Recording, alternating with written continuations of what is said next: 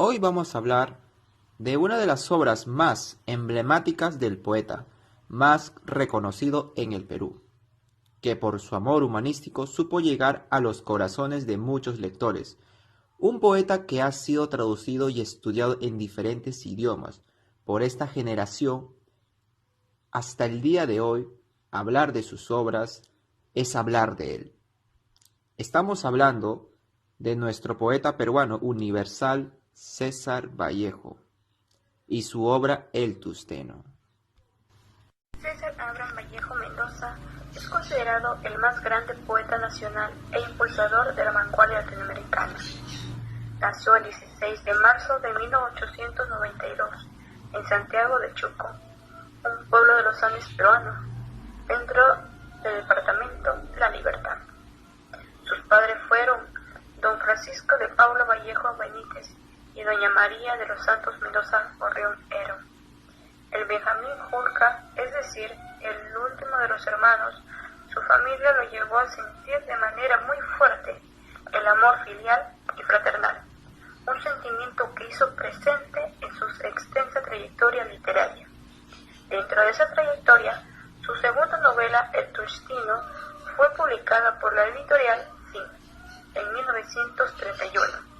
Esta novela expresa un grito de protesta social donde César Vallejo busca despertar los corazones de sus lectores ante la injusticia impotente que se originaba por la desigualdad y el abuso de poder que lideraba en el Perú.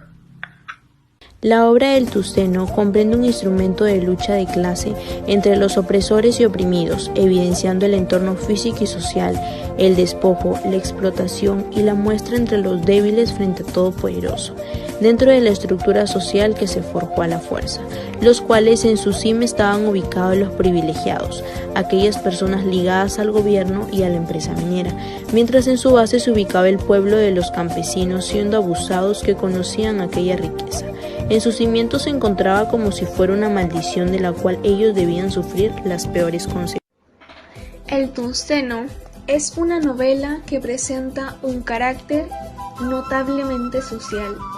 En ella se ve reflejada la discriminación y como consecuencia los abusos a los que eran sometidos los indios por aquellos grupos de poder. Estos indios eran conocidos como los Oras y vivían en un estado de armonía e inocencia, de una forma despreocupada, ya que solo les importaba trabajar y poseer lo suficiente para poder vivir. Además, no sabían el significado de un robo, ni de la propiedad privada, ni del dinero. El autor de la obra confronta este ambiente, definido por la maldad y codicia, al de los indios Oras, que por desgracia, la buena fe que poseen se ve interrumpida por unos blancos que los minimizan, considerándolos brutos e inútiles. Por ello, se manifiesta una época evidenciada por la creencia de razas superiores e inferiores. Los opresores representan la deshumanización de todo un sistema y son el sinónimo de inmoralidad. Aquí destaca entre ellos el comerciante José Marino, quien le robaba inescrupulosamente bienes a aquellos indios. Además, lucraba con la contratación para las minas de la mano de obra y no tenía el menor remordimiento con el maltrato de los indios. Lo único que le importaba era hacer dinero. A pesar de ello, solo los peones se compadecían de estos indios y los ayudaban censurando dichos robos a los Oras, porque les tenían piedad y lástima. Por una parte, esta discriminación y explotación de aquellos hombres, y por otra, las mujeres se convertían en víctimas de los desafueros sexuales de sus amos. Vallejo presenta una gran consideración por la mujer de la sierra y destaca el abuso al cual fue sometida. De hecho, cabe recalcar la conmovedora escena en la que dirigentes políticos se aprovechaban de una humilde joven, a la cual la obligaron a embriagarse. Al día siguiente, víctima de los excesos que cometieron hacia su persona, amaneció muerta.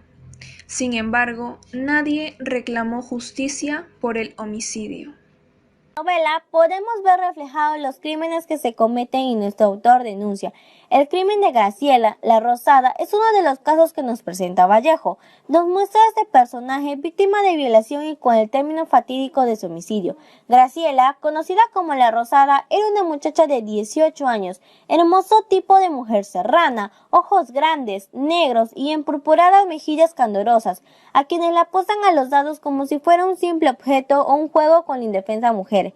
La violan aquellos degenerados, quienes se creen dueños de lo que encuentren a su paso, quienes solo piensan en satisfacer sus necesidades sin importar el daño hacia los demás.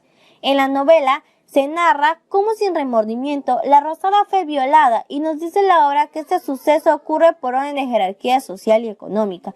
Los patrones Mr. Take y Weiss, luego el comisario Baldassari, el cajero Javier Machuca, el ingeniero Baldomero Rubio, el profesor Julio Zavala, causándole la muerte.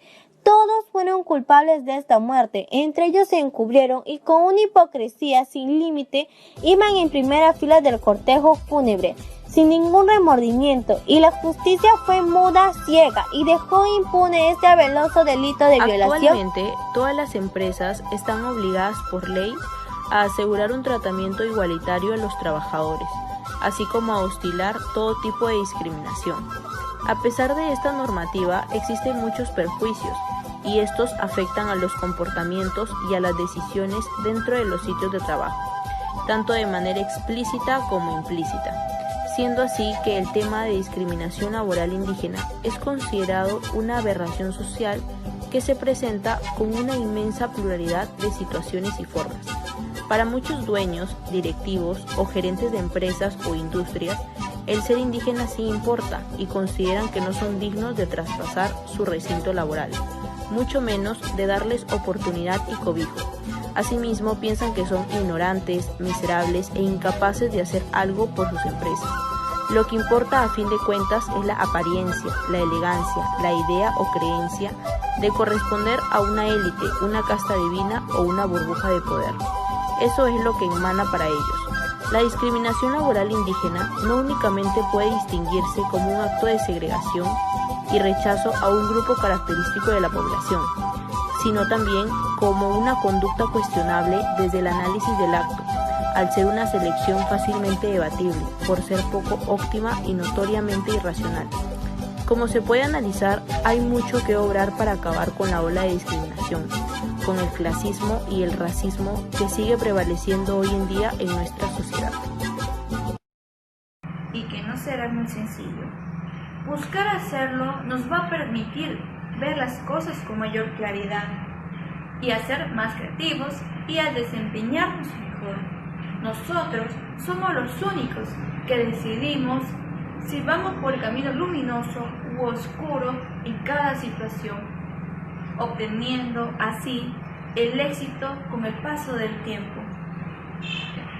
Los objetivos de nuestro proyecto es difundir los hechos relevantes de la obra de César Vallejo, El Tungsteno. Para su difusión será a través de las plataformas virtuales y redes sociales. Claro, podemos rescatar de Vallejo en nuestro proyecto, obra, la justicia, la humildad, la libertad, la igualdad y la valentía. ¿Cuál es la meta que persigue su proyecto emprendedor cultural? Pues la meta es difundir el documental El Tungsteno a través de las plataformas virtuales y redes sociales. Lo que queremos es difundir este documental y publicarlo a todas las plataformas virtuales, redes sociales. También enfocándonos en los colegios públicos y privados, ya que si en verdad queremos cambiar, si en verdad queremos un futuro mejor, entonces hay que enseñar desde muy pequeño a nuestros jóvenes, a nuestros niños, que que ellos son el futuro de esta sociedad. Son el futuro de un desarrollo mejor.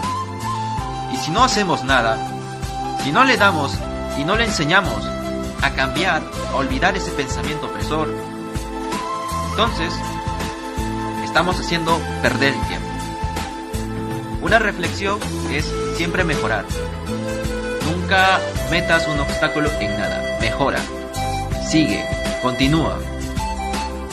Puede hacer cualquier cosa, de algo tan sencillo a algo tan pequeño. Y eso es lo que queremos hacer nosotros. Nos concentramos en nuestra juventud de hoy en día. Los niños, los colegios, ellos son la base. Y queremos darle una buena base para que tengan una buena estructura y se puedan desenvolver mejor y cambien esta sociedad. Gracias.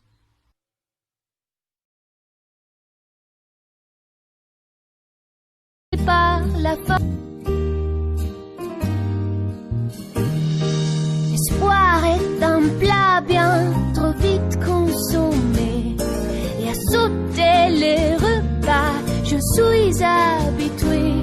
Un voleur solitaire et triste à nourrir. Ah, je suis amer, je peux réussir car rien n'est gratuit dans la vie. Jamais on ne me dirait que la cause sur cette toile, ça n'est pas pour moi. Laissez-moi vous émerveiller et prendre mon envol. Nous allons enfin nous régaler.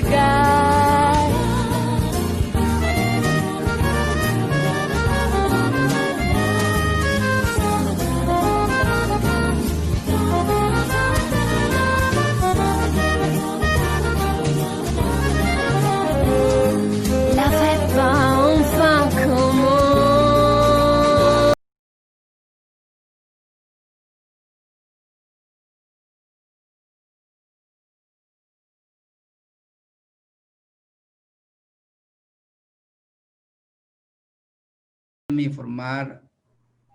Formarme como docente primero, egresado de la Nacional de Trujillo, como docente.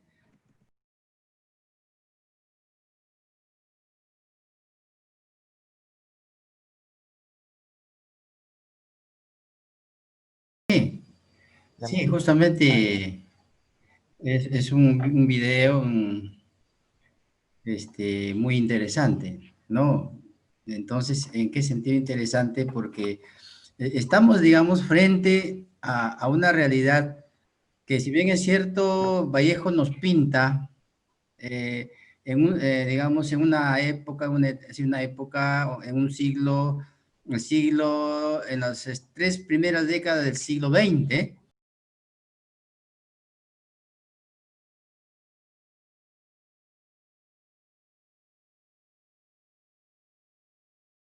depende, digamos, de todo ese conjunto humano, autoridades y de todos los peruanos en general, pero claro, rompe barreras, no solamente se refiere a las injusticias, abusos que hay en el Perú, sino también en el resto del mundo.